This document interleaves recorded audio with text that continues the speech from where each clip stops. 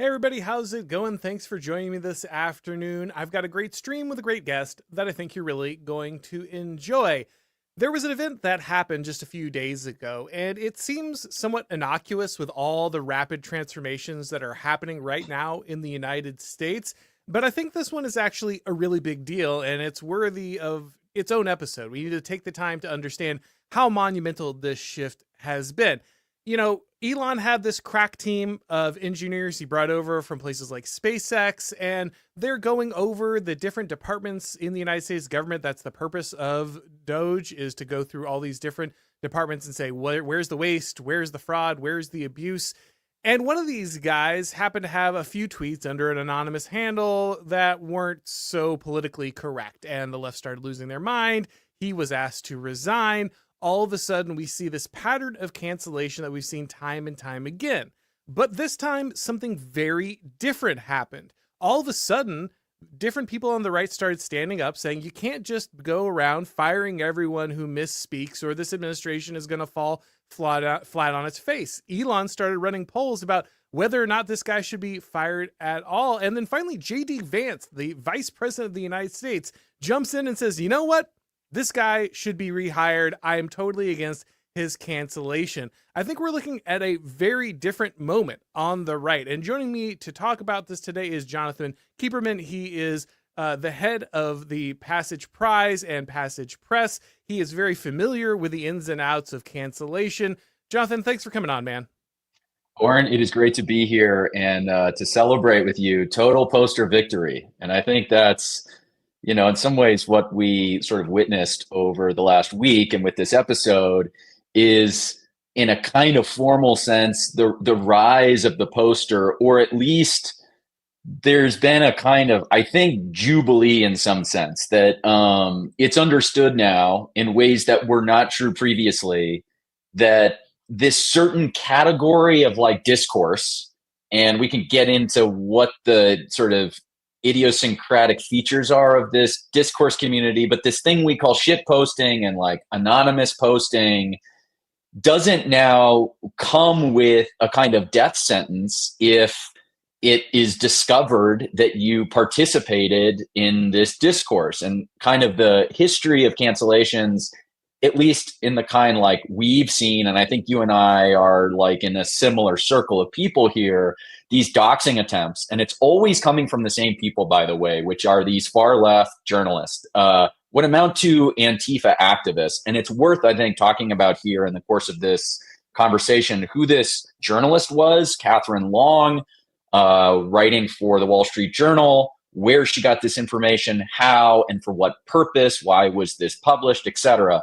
In any case, this routine you said of doxing, which was supposed to kill any opportunity that the target of this doxing has to participate in public life, I think that officially ended yesterday or 2 days ago, whenever it was that JD Vance and Elon Musk rehired this young man to come back and work at Doge. So I think it's a really kind of monumental or let's just say symbolic episode. I do also want to like ask you, because I know you've been in sort of back and forths with various people about, okay, is wokeness over? What does that mean? I don't think we can go so far as to say wokeness is over. I'm guilty of maybe participating in some hyperbole to that extent online, but I do think there is some sense in which like this particular element of wokeism, this kind of cancel effect, which was I think like a critical load bearing pillar of what wokeness was. It was a way to enforce this sort of ideological rigidity, may be over now. So like cancellation may now be on pause, and that matters a lot, I think. No, it's absolutely huge. And to be clear, I don't believe that wokeness is some kind of unbeatable force, that it's inevitable, that it's just never going to go away. My point was always that the left could not choose to put the woke away, that they are ideologically committed to wokeness. That is part of their belief, their religious belief, and also their political formula. And so they can't just shove it in a closet because it becomes inconvenient. However, wokeness can be defeated. It can lose. And I think that is what we are starting to see here. As you point out, a critical load-bearing pillar of the left's strategy has been cutting the right off from its vanguard, right? The left can say whatever it wants. Young people on the left, this is just the nature of all young people, right? You get out there, you want to change the world, you say things that are transgressive, you want to push the limits.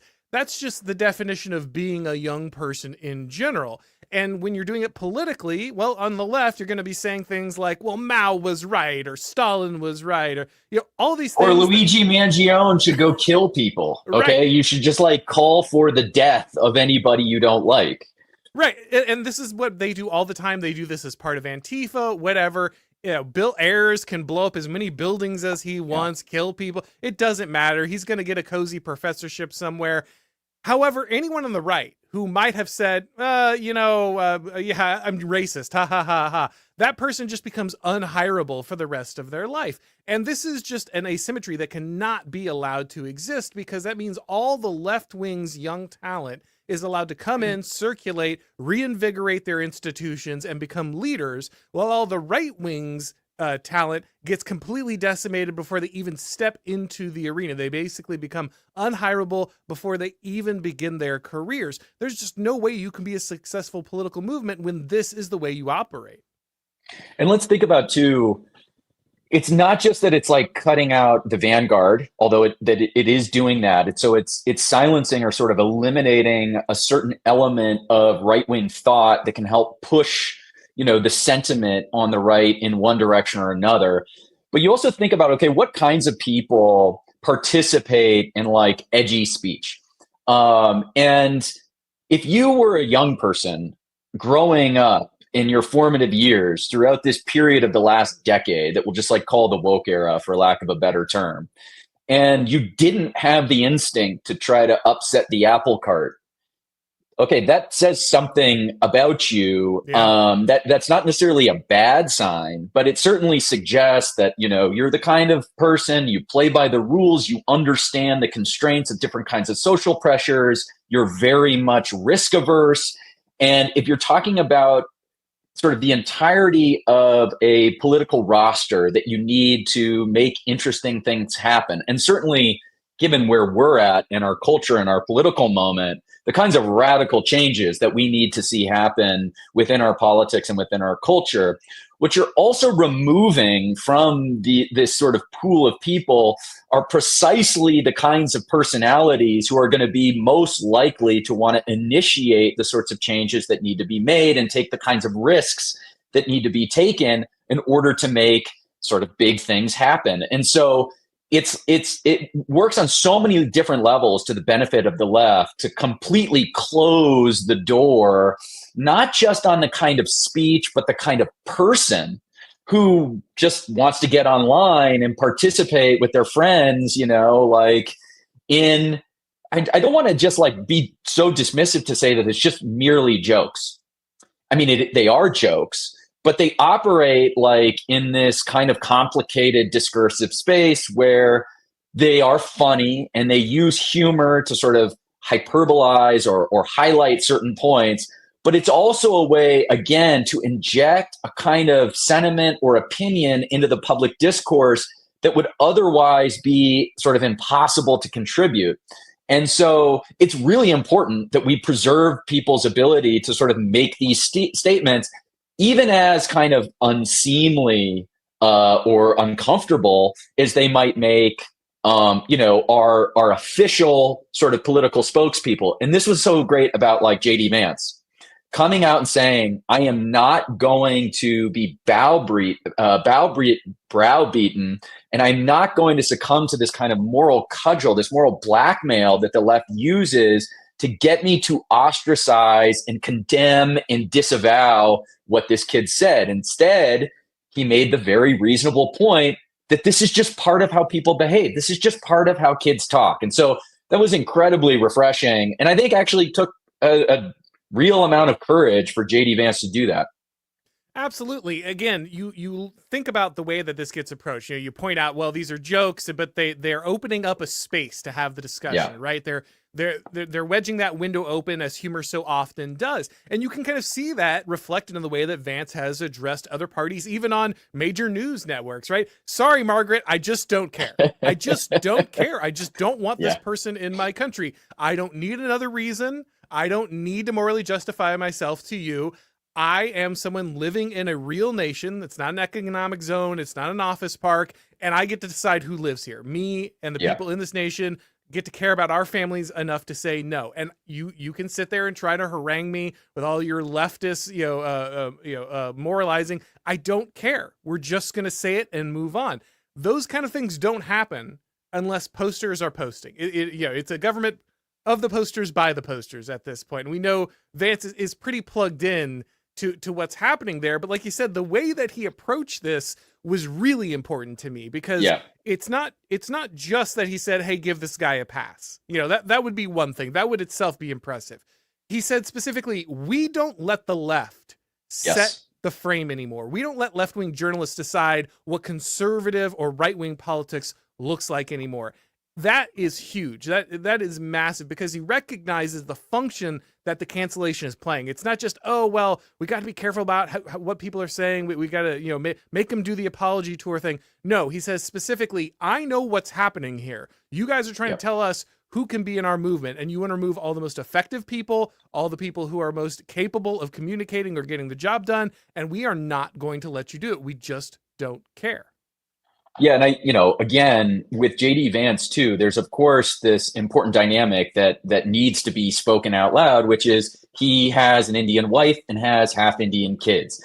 And the sort of rhetorical sin that this kid committed was saying, one, normalize Indian hate. That was like the big tweet that they went after. And the other one, which was something like, I was racist before it was cool to be racist, or something like that. And there may be been some other kind of spicy tweets. And I think it's really important in this episode that what was said would have been clearly and unambiguously verboten under the old rules. Because this wouldn't have had the same effect if we'd be sitting here like litigating sort of the degree to which these statements were bad, or were something that we should allow in like formal public discourse. No, it's actually a good thing in this case that these are pretty spicy things to say, and nobody in a government position should be saying something like that. And it's also important that JD Vance, with his Indian kids, has something at stake here and can still tell these people, no, I am not participating in this kind of witch hunt and in this dishonest kind of implementation and enforcement of rules that you don't apply to your own people. Instead, what we are going to do is determine for ourselves, within the kind of circle of the right, on the Doge team privately, whether or not this kid is up to perform the task that he has been charged with, by virtue of his work at Doge. And we're going to decide if he can work with his peers. And we're going to decide, amongst ourselves, whether or not this person is a liability because he might fly off the handle, or if, in fact, it is just the case that he's a young guy with an anonymous account online saying things that anybody might say sort of privately amongst their friends, or in a locker room for jokes, or in this kind of ambiguous discursive space that we spoke about earlier. So it actually is really important that what he said was struck directly at the kinds of things that wouldn't have been allowed under the previous kind of moral regime.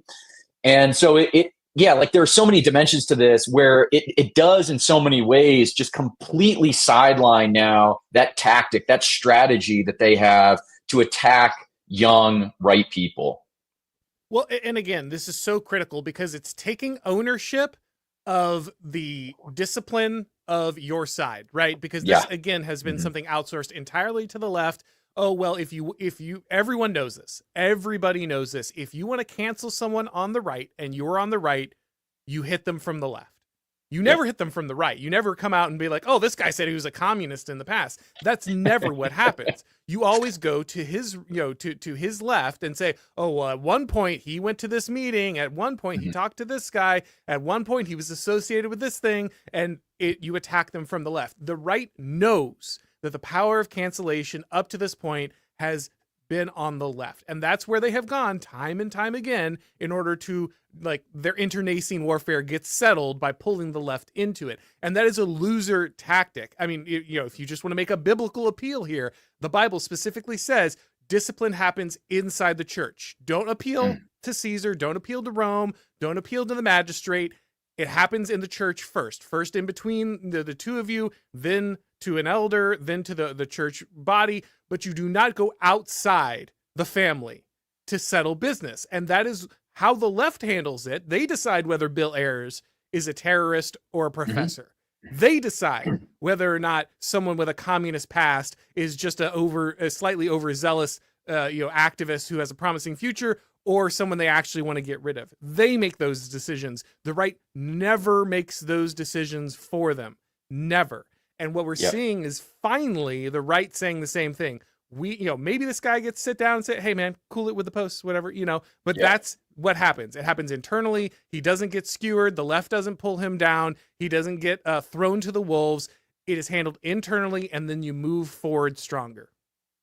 Yeah, and what's important here, I think, and something that might get missed in this discourse is that, those of us defending this kid are also making some kind of like nihilistic claim about there being no rules, or that there's no expectations of a certain level of decorum or responsibility once you get into a position of power or public prominence. That's not the case at all. There are still rules, and there are going to be norms, and there is still an expectation that if you're working in the federal government and you are working on behalf of the entirety of the American people, that you do so with respect, that you sort of appropriately honor the significance of that position.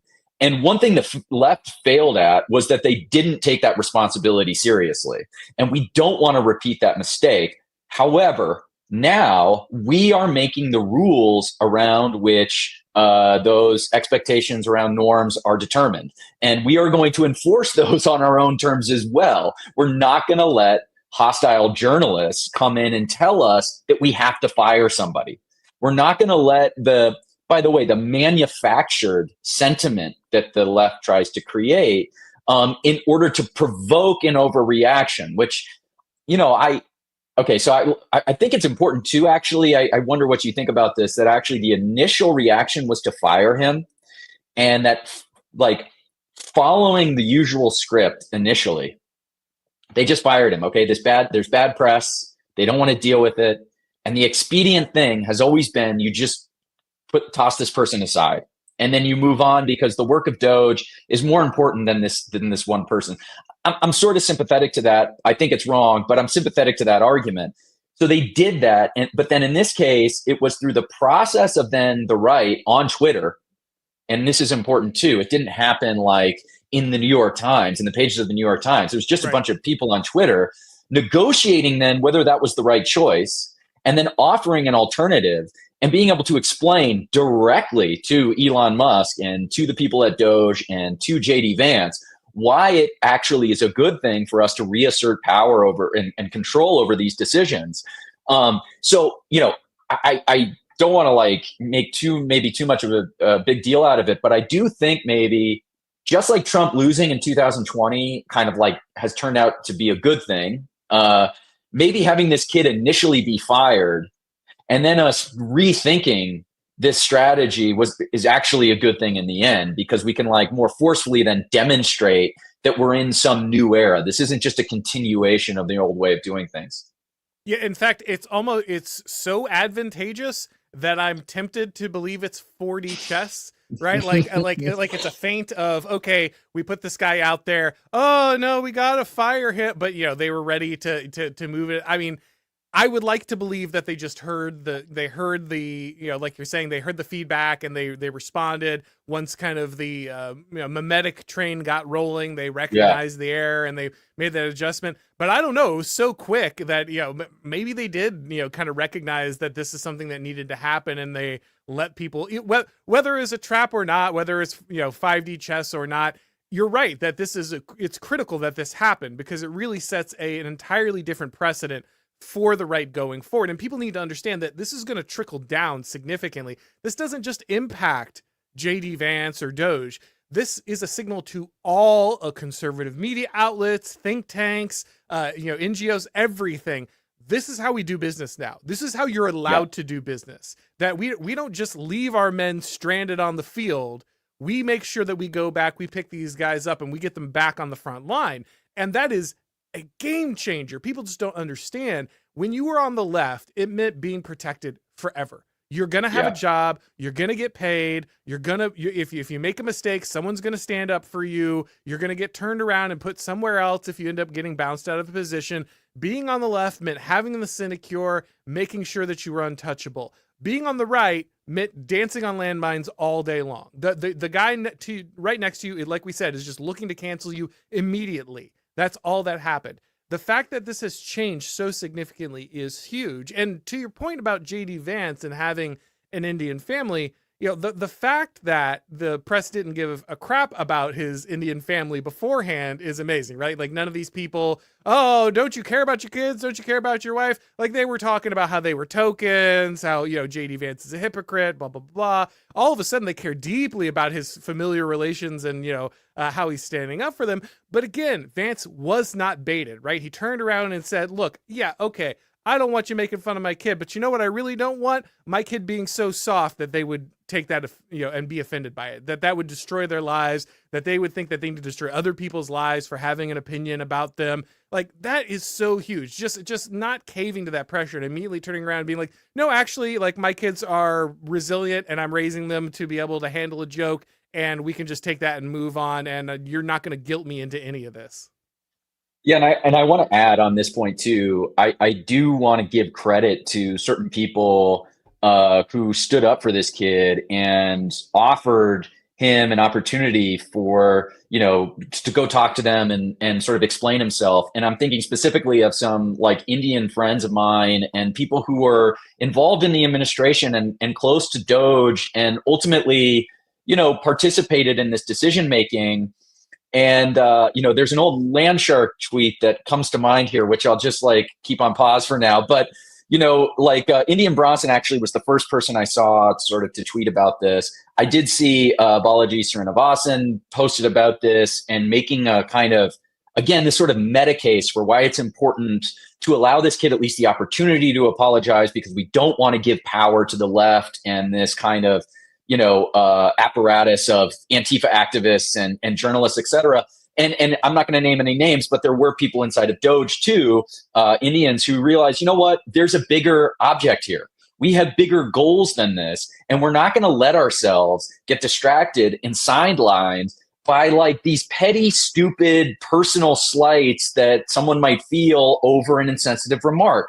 That is just a totally misunderstanding and a miscalculation of what our priorities are. And on the right, especially right now, there is so much low-hanging fruit for us to pick. There will be fights that, might threaten to sort of fracture the coalition in the future, and they'll run along a number of different dimensions, and perhaps even like questions over, immigration and H-1Bs will probably be a part of that conversation. But we don't need to front run those potential fractures in the coalition right now. There's plenty of us for us to do together. And there's still, even though I think sort of woke and the left and Democrats generally are clearly exhausted and clearly on retreat, they're not like permanently defeated. And we need to keep our sights set on what the objective is here. And that's going to mean that we have a more tolerance for these coalition partners, and some like tolerance for where these disagreements are, not just like insensitivities, but then like, okay, let's also think, the tech right, these new people coming in, they're going to have like a different set of values in some respect. And again, this doesn't mean we compromise on the things we care about. People should not compromise on the things we care about, but we should have a clear sense of where our fights are. And again, I just want to say those people involved in getting him his job back deserve credit for understanding the moment and understanding what's important. Absolutely. And it's really critical to break this idea that racism is just the worst thing you could possibly do. Look, right. First, racism is fake. Okay, it's a fake commie word.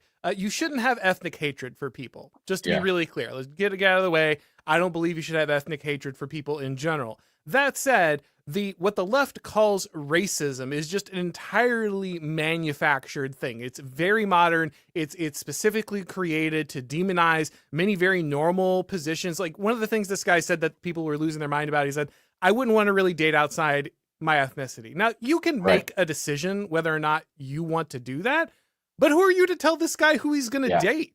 Like, it's entirely up to him. And by the way, his decision is very normal historically and very normal today, just statistically, if you look at dating patterns. Most people won't say it out loud, but he's just expressing the opinion that the vast majority of people practice in real life. Again, you might not want to practice that, and that's fine. But this guy is not saying anything insane. And when you let people say that this is racist and therefore we have to worry about racism and it's the worst thing, I'm sorry, but being a communist is just worst, actually. Like that's actually a much more morally abhorrent thing. Again, I don't think you should hate people for their ethnicity, but this is just not what we're talking about here in general. And the fact that we can defang that, we can move away from this hypersensitivity towards an issue that, again, like, some behavior, when I see it, I'll tell you it's not good. But ultimately, this is not the death knell. This is not the worst sin a human being could commit. It's not the thing that ends your career because it smells slightly of this thing. And that's really important because, again, the left is going to throw this over and over at you again. If you allow this early on in your administration, that's how the first Trump administration ended up with this problem, right? You had a lot of heavy hitters who came in and they wanted to make changes, but they couldn't make it through Senate confirmation or other issues. They got bounced out of the administration and we ended up with like John Bolton's. If you want John Bolton's, then encourage this stuff. If you don't, then you need to be able to brush it off. Yeah, and I notice, to that point, I'm almost hesitant to say it out loud because I don't want to draw attention to it. But, there are people trying to do the same thing right now to like Darren Beattie, who was pushed out of the first Trump administration for some, vague associations with certain groups. It wasn't even anything he said. It was just like these vague associations with groups that were considered racist. Now they're pointing to various tweets where you can read the tweets as being sort of racist. And actually the response, I think you're right. The response to that is not to litigate whether or not these things are racist. The response is to not have the debate over this ambiguously, infinitely amorphous term that frankly means nothing and will never be applied in a consistent way. And so again, it's almost like cringe to talk about like hypocrisy. Okay, imagine if the other side did this. But we just went through 10 years of the entire left institutional class telling us that we were bad people for being white.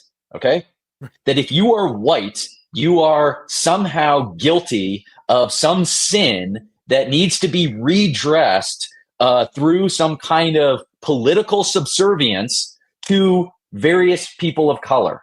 That just simply by virtue of being white, that made you a bad, guilty person. So we just don't have to sit here again and be lectured by people who actually have no interest at all in like deriving any kind of moral truth or coming to some moral understanding about what our relationship actually should be, in a kind of pluralistic democracy. No, because they're not interested in that. So don't get fooled into engaging in that debate. You just don't have the debate at all. And I think that has to be the move going forward. Or let me just rephrase that a little bit. To the extent that that debate happens, again, it happens internally. We are going to create and enforce norms for ourselves. We are not going to grant the left moral authority over us. That has to be our ethos going forward. Yeah, I've said this many times, but it's not about not having standards. It's about making sure that your standards are your own, that you're not Yeah. outsourcing them to some other moral authority. And you're right. The left has it's not just that no one on the left will ever be fired or canceled for their anti-white bigotry. It's that the anti-white bigotry was mandatory. It's that it was institutional. You Right. are not sufficiently racist towards white people, therefore you are a bad person. That was literally the doctrine of our corporations, our universities, our educational institutions, and our media apparatus for at least a decade, probably more. So yeah, no, sorry, I don't give a crap what some dude tweeted. Like, I just don't care. Is that guy running CNN? Is that guy running the Department of Education? Is that guy running a major corporation? No, then shut up. Because you didn't care about any of those people when they were attacking white people. You certainly don't actually care about them, endangering J.D. Vance's half Indian children. You don't care. If you had your way, you'd have a guy like Luigi shooting those people. Let's be really clear. You don't give a crap about them. You don't care about their safety. You don't care about them growing up in a world where they see themselves reflected. It's all just garbage. It's all just moral blackmail. And that's exactly what Vance said. I'm not falling for this moral blackmail. You can't do this to me. I don't care. And you know what? This revealed a lot to me, because there were some people, and I knew they were weak, but it's nice for them to come out and show it. Guys like Eric Weinstein coming out and being like, oh boy, you can't say that stuff. Oh, thanks, man. Like, I didn't know this was coming. IDW, oh, we're for free speech. We're for free speech. Yep. We care desperately about free speech. The minute speech frees up just a little bit, it's, oh, whoa, what are you talking about? Oh, we were for the wokeness. We just wanted that little space where we could keep saying what we like to say. They never cared about free speech. I knew they didn't, but it's nice for them to announce that. Sam Harris already unmasked himself, but great for Eric Weinstein to jump on that train. Yeah, the backlash is worse than, the initial crime. So is it about free speech for them? Like, no, it's not about free speech. What are they trying to do? They're trying to preserve this status quo anti-equilibrium, or the illusion of the equilibrium that, and like many boomers, for example, had kind of consented to. There was like this tacit sort of agreement about how we would sort of treat race issues in this country that prevailed basically through the 90s. And it was like, we're just going to kind of ignore this stuff and not, it's like, don't ask, don't tell policy almost. And this kind of was okay for a while. I mean, there were various problems associated with it, but suffice to say, that was the equilibrium that was in place. The left defected from that agreement. The left defected from that arrangement. And the right, for a long time, was like stuck in this sort of paralysis where they didn't know how to then sort of reorient their views and the way they talk about this stuff, as the left was breaking from the equilibrium. Someone like Eric Weinstein, or some of these, quote unquote, sensible centrists, all they want is to reassert that old equilibrium, and what inclusive of the left's defection from that equilibrium. They don't actually care about that. What they really care about is that the right is going to recognize that the left defected, and the right then is going to now construct our own norms and rules about how to address these issues. And frankly, it's a long time coming. And what's good about them revealing themselves is we don't want them participating in this negotiation over what this new orientation looks like. They have, this sort of model that we're describing where we create norms and rules for ourselves. Well, that implies that there are people within that circle, the friend circle, who get to participate in the negotiation of those norms. And it's very good to know those people are not going to be allowed in. They don't get to help participate in this negotiation that's going to happen. Yeah, I tried not to chuckle too hard when I saw James Lindsay crying about being shut out. Like, no one in the administration's listening to me. It's like, oh, that's got to be terrible, man. Utterly boxed out. There's a club. There's a club. Okay. Yeah, you're just not in it, buddy. Learn to post. Him and Mystery Grove. It's tough scene. Yeah. So you mentioned the importance of discussing who Catherine Long is, the Wall Street Journal journalist. I say that with all disrespect. Uh-huh, uh-huh. who ended up running the piece that kind of outed this guy. Can you give us a little bit of background? I know our mutual friend Raw Nationalist talked about it a little bit. Yeah, so definitely find Rye Nationalist story in the Spectator about this. She previously worked at Business Insider. And when I say work, she would just give them docs material to work with.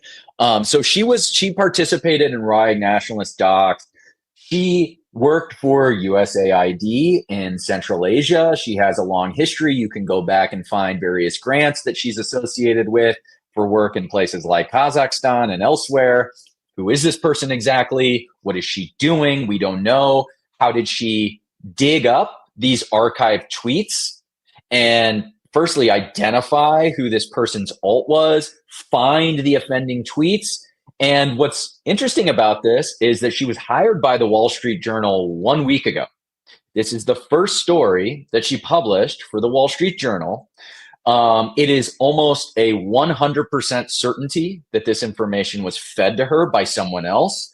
My suspicion, based on this person's gloating about this on Blue Sky and previous instances of doxing that he has been involved in, is a guy named Travis Brown. Travis Brown is a former Silicon Valley tech guy. He's I'm not sure exactly what his expertise is, but he was worked at Twitter. Pre-Elon Twitter. He bragged about having source code for Twitter and being able to farm Twitter for user information that otherwise wouldn't have been public. He now works for an NGO in Germany called Hate Aid, and the German government sponsors Hate Aid. The German government sponsors Travis Brown putting together dossiers and lists of crime thinkers that the German government can prosecute. The irony of that, I'm sure, isn't lost on most people paying attention. He also gets money from an organization called the Open Knowledge Foundation, who also have sued Twitter to maintain their access to private user data. So, there's some interesting confluence of interest here. And given Doge's targets over the last couple of weeks, especially with this federal grant money, especially going after these bureaucracies that we might broadly call the deep state, it's interesting now that the Wall Street Journal, of all places, has decided, despite the low standards of this article, frankly, to publish this docs material as a direct attack, obviously, on Doge. So I don't have any deeper information than that. I can only speculate based on what's publicly available knowledge, but there are suspicious elements to this whole episode and this article that are worth exploring in more detail. Yeah, and again, it's critical for people to understand that there is very little, if no air, between journalists, deep state actors, globalist, globalist alliances, and Antifa. These are the same people. These are the same people with the same goals. They are networking. They are interacting.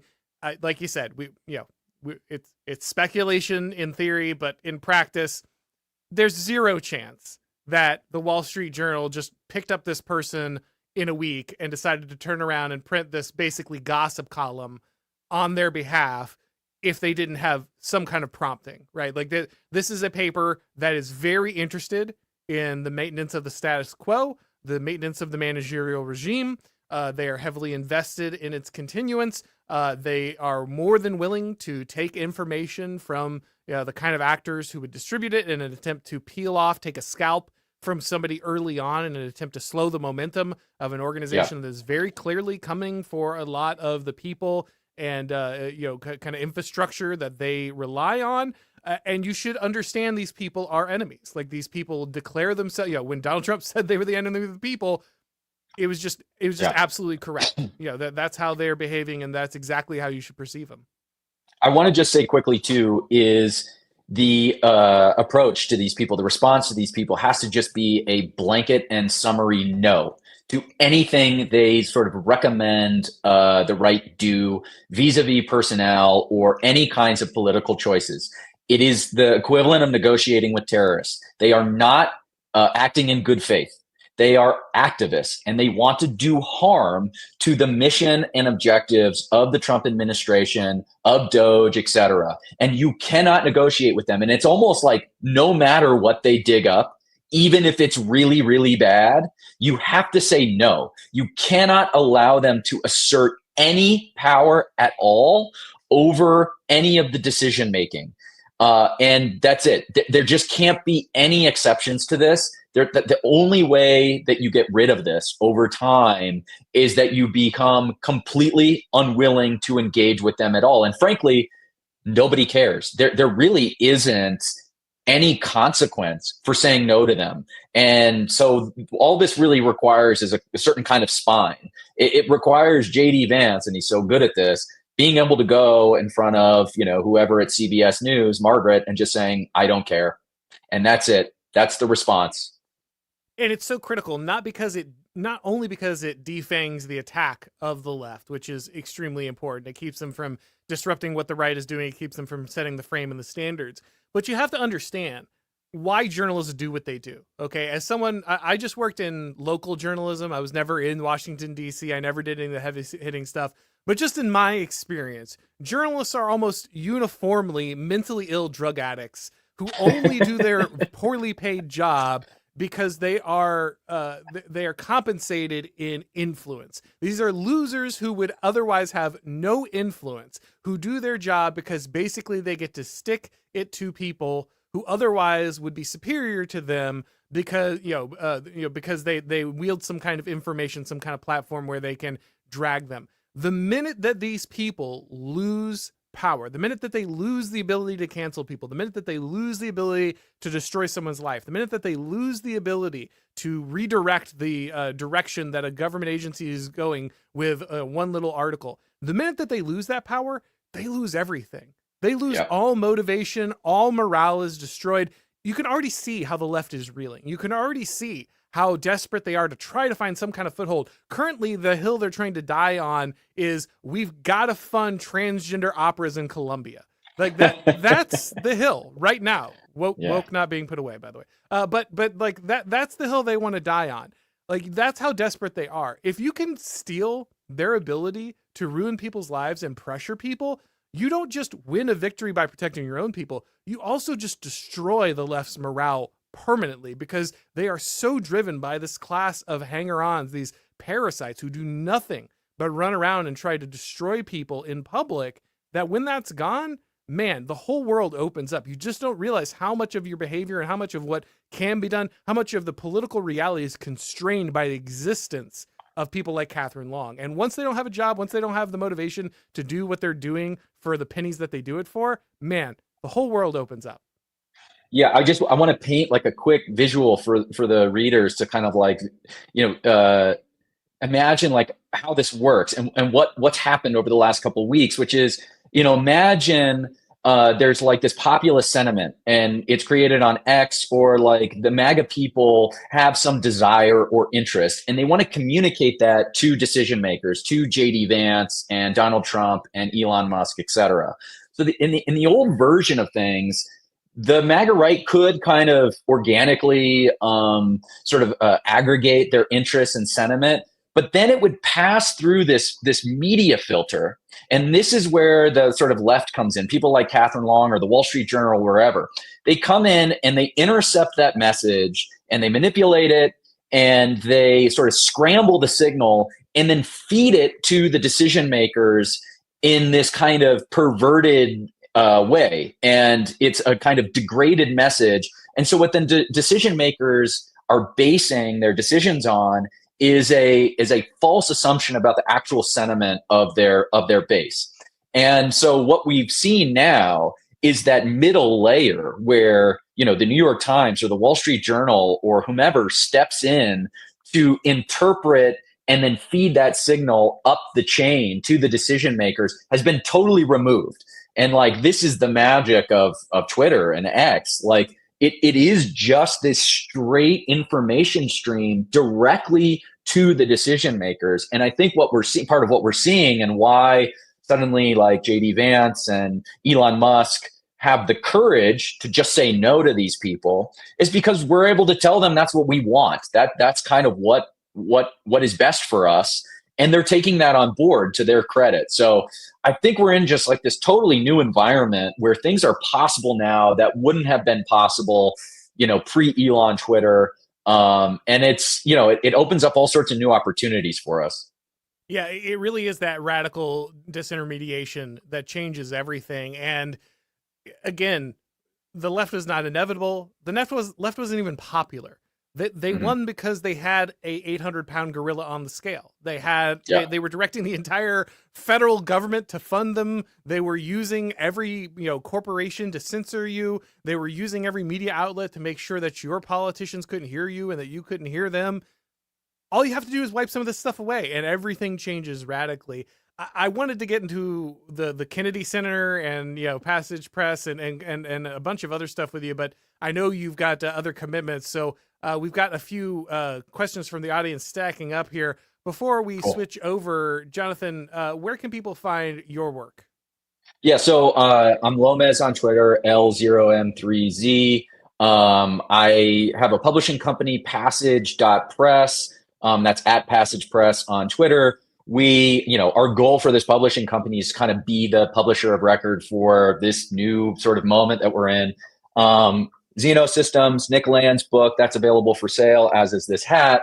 Unqualified Reservations, Curtis Yarvin, Steve Saylor. We got new books coming out from Paul Gottfried, Ride Nationalists, John Derbyshire, all sorts of great stuff on the horizon. So go to Passage Press, buy the book, sign up for the newsletter.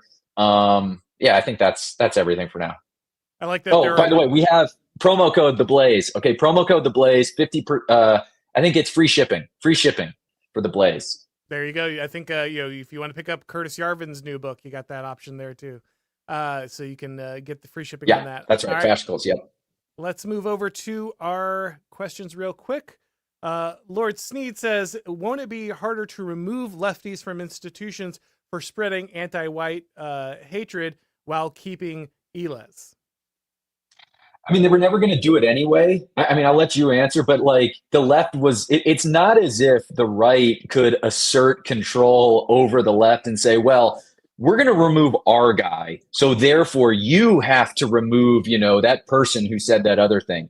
It's never worked like that. They were never beholden to the preferences of the right, and this goes back to this thing about like it being a fair negotiation where each side is acting in good faith to congregate around some kind of shared norms. That was never the case. So I would just say, don't worry about it. They were always going to do whatever they wanted to do. We should still exert pressure where and how we can.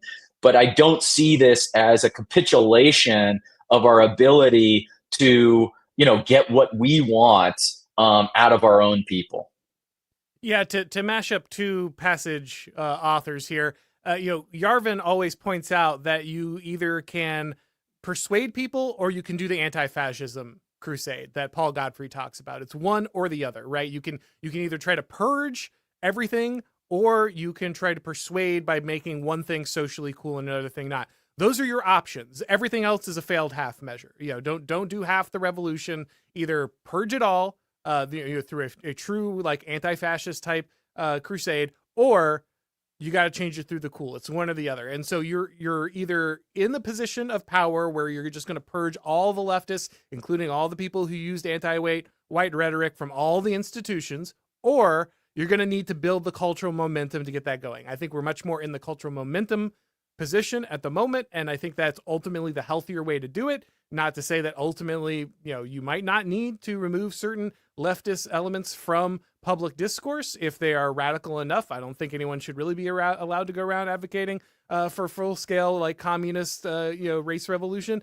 However, at the moment, we're definitely in the cultural mode, and so I think that's where you need to be focusing when those battles take control of your ability to dictate your terms, and then you can address these other issues. Jeff here says, New York Times versus Sullivan needs to be reversed to make the media liable for cancel culture slander. Do you think the expansion of libel laws would have any kind of positive impact? This is where I become a squish, okay? Like I am, unfortunately, to your audience and maybe disappointment to you, Auron, I am kind of a free speech maximalist where this stuff is concerned. I want these people to feel pain, but actually don't know if reversing or reconsidering libel laws is the right way to do this. I have my doubts. I look at, for example, the UK, which has much stricter laws against this sort of thing. And, there was a recent case amongst people we know. There was this prominent case with Nina Power and DC Miller. And, they were, by any sort of meaningful evaluation of the evidence, innocent of the charges of like Nazism, essentially, which was what they were accused of.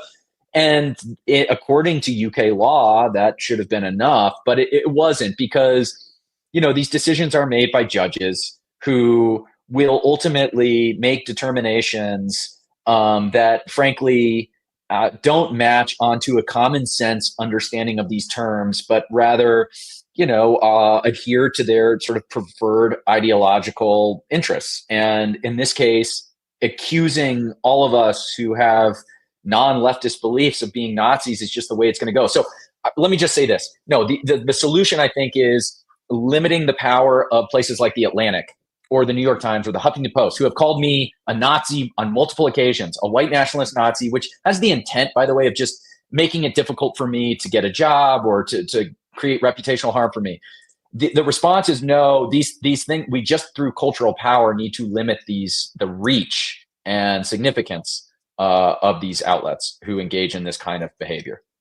Yeah, to be really clear, I'm not a libertarian at all, but when you don't have total control over the regime, voluntarily changing the law so that the regime can flex on you is a mistake. As you point out, in Britain, yes, technically they have stronger libel laws, but they only apply to the right. The left is immune to them, not because that's written in the law somewhere, but de facto that is the case, whether it's de jure or not. And so we really need to understand that until you are the one who has basically set like a generation of judges into their terms, you can't rely on them to rule in your favor. And so handing them a weapon to bludgeon you is perhaps a mistake. Again, one of those scenarios where perhaps at some point you have the cultural power to make those decisions, but you don't have it now. And so there's no reason to really try to debate whether or not that's your move at the moment, because you simply don't have it either way. And by virtue of having that cultural power, let me just say, you then don't need to change the law. That becomes like a moot point. So it really does just, it is just a question of cultural power. That is my view on this. Yeah, again, the law really becomes a formalization of cultural power, and perhaps an unnecessary or unproductive one if you've done things correctly. So ideally, you don't need it, but even if you did need it, now is not the time. So it's a poor tactical decision whether it's ultimately principled or not. Robert Weinsfeld says, if offensive jokes were illegalized, then new Twitter, awesome, would be old Twitter, terrible. Grow up, take a joke. How else are we supposed to save Spider-Man? I mean, it's not just important that we can take a joke. I think actually humor is an essential feature of who we are on the right currently. I mean, this is like where roles have been reversed to some extent, but typically humor is the provenance of the subaltern, the kind of like whatever group is in the weaker position, sort of in a power analysis, because it's a way to sort of poke through the kinds of platitudes and pieties of the sort of controlling regime. So it's not just that, like, yes, humor is obviously really good, I think, on its own. It doesn't need any other justification beyond itself, but it is a political tactic. And it is the case that, like, edgy jokes, I mean, just it's in the, it's in the description. They're edgy. They cut through the kind of the hedge that otherwise might prevent us from being able to actually assert our interest and get our ideas into the heads of, the public. And so this has been our great advantage, by the way, on the online right for years, which is the left ceded the ground on humor. They couldn't do it. I just don't think they have it in them to be funny anymore. So the right has used humor to its advantage and ought to continue doing so, and not to be afraid okay, to be funny. It's still good to be funny, but context matters here. Context matters. That's what I'll say about that.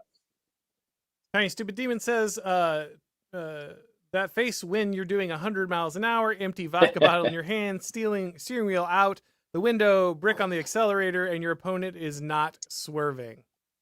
Okay, this is a direct reference to Xenosystems, yes. Nick Land's essay, Chicken. You should all read it. Very good. I have an episode on that one, so if people would like to, yeah, they can read it. They can look at the commentary. We got the whole package here, front to back. All right. Simplar says Trump needs to create tax incentives for corporations to gut their anti-white bias. Well, interestingly, something we've heard a lot about colorblind, the regime being colorblind, right? But Trump just came out with an executive order talking about how we got to get rid of anti-Semitism. Now, to his credit, Chris Rufo came out and said, you know what? I've been pushing for colorblind, and this is not colorblind. This is specifically, singling out a group and saying they get special protection. Now, I think that there should generally be freedom of association. I think people should be able to form associations how they like, and then we should be able to patronize them or not, depending on how they conduct themselves. And so I think that's the way to handle that. But if you're going to pass Semitism executive orders, you can certainly pass anti-white executive orders. And if you're going to do the first, then you should do the second. If you're not going to do the second, then you shouldn't do the first. We should just have some level of consistency when we're viewing this topic. Yeah, my own view on this, sorry, because is that carrots and sticks are just how you deploy them is a purely pragmatic question based on what works and what doesn't work. Like providing tax incentives for anti-white bias might work, but I don't know that that's the case. If it did work, I mean, I guess okay, but I don't think it's necessary. We just need to create sticks so that they don't assert anti-white bias, because by the way, they're already incentivized not to. The sort of natural dynamics of the market incentivize them not to have anti-white bias. That's like an important point here to make. So the incentives are already there. It's just they need sticks to prevent them from making suboptimal decisions. Yeah, and just removing the artificial incentives that were impressed on the market in the first place, which is part of what's happening now. He also says, Richard Harris's Justice is a great book detailing how these problems were created in the 70s. You can read it backwards as a step-by-step guide to demolishing it. Very interesting. I haven't heard of that one, but I'll add it to my ever-growing and never-reducing stack. Let's see here.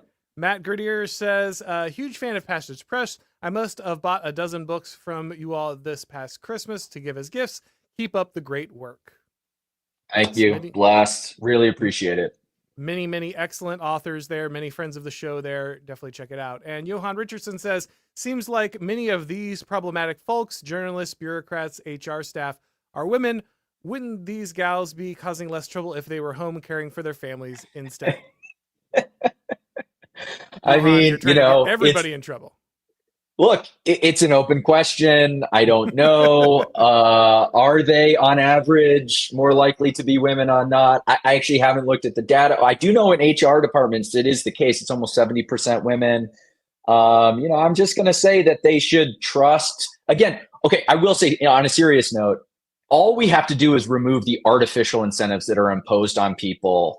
And if we just allow people to behave and sort of follow what's in their best interest without the sort of ideological imposition of certain ideas, then we'll get the world we want to live in. Let's just put it that way. I think you got Steve Saylor's next book there. You can break down stats, turn Steve loose on this topic. I'm sure it'll be maybe that's the answer. All right, guys, we're going to go ahead and wrap this up. Of course, make sure that you are following Lomez. You're checking out everything that Passage Press is putting out. If it's your first time on this channel on YouTube, make sure that you're subscribing, clicking the bell notification, all that stuff, so that you know when these streams go live. If you want to get these broadcasts as podcasts, you need to subscribe to the Auron MacIntyre Show on your favorite podcast platform. And if you'd like to get my book, The Total State, it's available in both print and audio book on Barnes & Noble, or rather on Amazon, at Barnes & Noble, Books A Million, and even your favorite local bookstore. Thank you, everybody, for watching. And as always, I will talk to you next time.